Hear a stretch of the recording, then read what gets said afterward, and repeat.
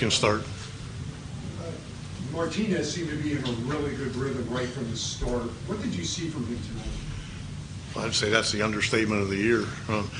You know, I catch myself probably like everybody else looking up at the gun just to see the radar readings sometimes, but when pitchers are crisp, it usually coincides with, you know, and from the very beginning, his stuff was very crisp. And he was in command of all his pitches. I mean, that's as nervous as I've been in a long, long time. I guess, you know, they say good things happen to good people, and, you know, the kid, what he did this week going to the bullpen seemed kind of like he deserved that. You and Nick talked about that, maybe taking the 8 days off starting wise, maybe get a bullpen, and then he decided to, I'll do the second one. How beneficial was that, do you think, for tonight's game? No. We weren't going to give him 8 days off. I think he got that a little misconstrued.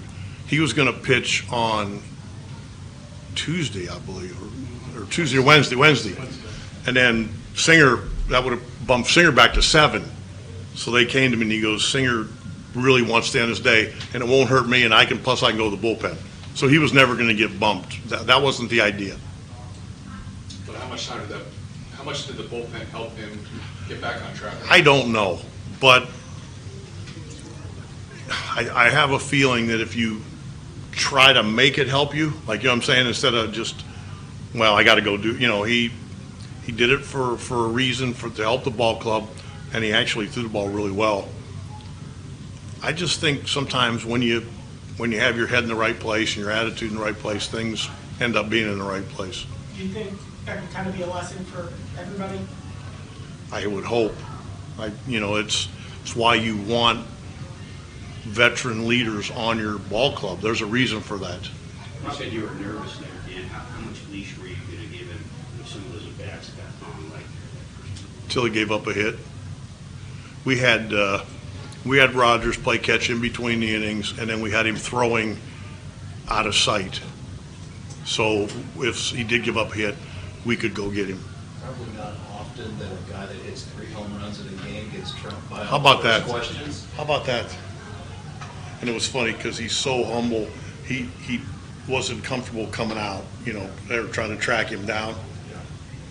I mean, I don't know. Part of me thinks it's pretty cool that he's so modest and humble that he just doesn't want to do it. But that was fun to watch, man. When you I'm telling you, when you hit a ball the other way with authority, you're doing something right. Were you thinking before? I mean, you almost have to, and have you ever seen him perform again? By one player? Yeah. No, I'm sure I haven't. I don't remember that. I don't remember a lot, but I would remember that. Your dad? I saw 4 in a row, like, you know, boom, boom, boom. Your dad saw 4 again. And he was a part of a. Yeah, he was Yeah. betting ahead of Caldito. Mm-hmm. How unique is Martinez's ability he's working on a no-hitter, and he's just still smiling, bouncing around the dugout, pacing around? I think that's part of what makes him good is, you know, you got to stay true to your personality. And that's what he is. He just likes pitching and being part of it. And, you know, you'll see some guys that they'll be excited when they come out. He likes doing it. And I get a big kick out of that. All right, guys. Whose game is better? I mean, 3 home runs is pretty awesome. A lot of luck in mine.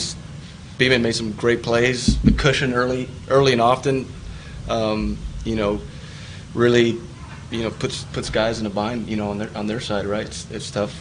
You know, it's hard to stay mentally locked in when the team's putting up a bunch of runs. And I was having some quick innings, getting these guys in a roll, and so there's a lot of luck in mine, but it's pretty hard to hit 3 home runs.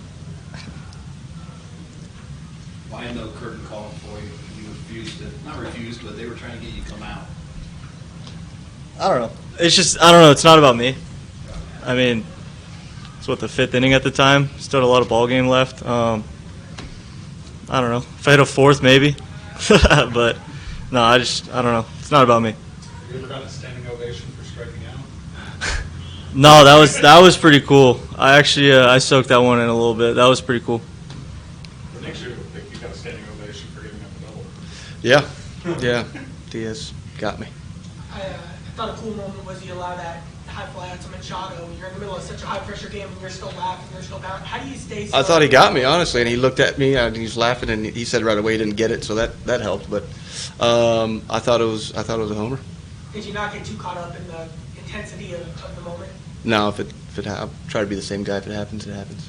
I mean, you ever seen him pitch before? He's having a blast out there. So at what point in the start does it start zeroing in and you have this no-hitter going and you have a real legitimate chance of closing? Yeah, the Demons came in pretty early there. It's like the fourth. I saw no hits. I was like, oh, let's keep going. Try to talk to yourself about just one pitch at a time, executing whatever Steve-O calls. And again, Steve-O did a great job mixing it up, communicating in the dugout, and getting some close calls for me behind there. Nick, how are you feeling to start the ninth?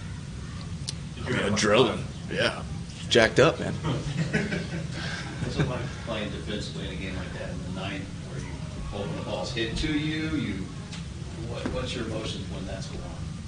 Yeah, no, I mean, you're locked in. And I think I can speak for everyone. You want the ball in that kind of situation. You want to make a play for him. He's been busting his butt all night, making our lives easy, really. A lot of weak contact from them tonight. But, yeah, in that situation, you're locked in. You want to make a play. Nick, what was it like watching him go up, trying to hit four? Yeah, I was obviously pulling for him. I'd have been sick. I would have made him do the interview at the end. That's awesome. I mean, he played golf yesterday and kept shanking balls to the right, just got him locked in to right center. And It's true. yeah. So we were, You yeah. guys play together? No, I didn't play yesterday, but that was the talk around the clubhouse. It was so bad that everybody was talking about it? Yeah, he said he cleaned it Yeah, up. in no, the I back mean, nine, but- I shanked, I think, every shot I hit in the front nine. So maybe Just that get locked locked me in. in. So, yeah. What were you thinking there? I mean, you have to be thinking about it in that last at-bat.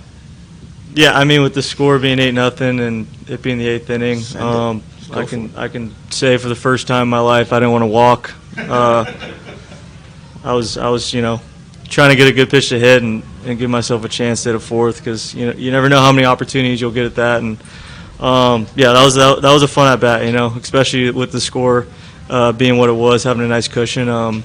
Yeah, I was kind of going for it there.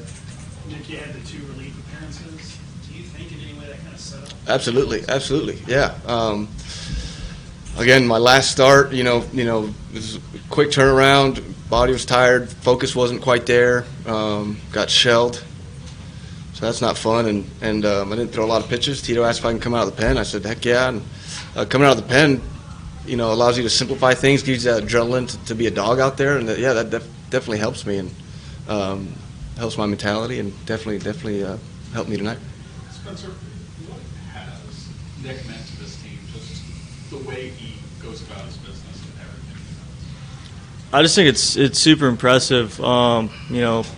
Starting last year, how he was bouncing in and out of the rotation and throwing out of the pen, and the selflessness of doing that for the team. He doesn't have to. He could say, I'm just a starter, and find someone else to fill that role. But he's embraced the challenge, and I mean, like I said earlier, it looks like he's having a blast every time he's out on the mound. So when you see that, it's easy to play defense behind him, and obviously easier to root for his successes. He's pacing like he is in the dugout. Is he? I love it. Yeah, I mean, he's locked. It's what he does. This little whistle he does, a little annoying, but Yeah, I can't control that. no, I mean, I love it. He's a bulldog out there. He wants the ball, and seeing that intensity, I think guys feed off of it for sure when he's out on the mound and when he's in the dugout pacing like he does. Nick, is it easier or harder when it's against a team that you know so well and the guys you know so well? Yeah, again, they know me pretty well, and hats off to Steve-O, mixing it up pretty well. Yeah. Nick, what's the annoying whistle that you do? Just kind of do that all game. I do that all game. I'm kidding. I love it. I love it. Oh, I know it's a pain in the ass, but might be Tourette's. I don't know. Yeah.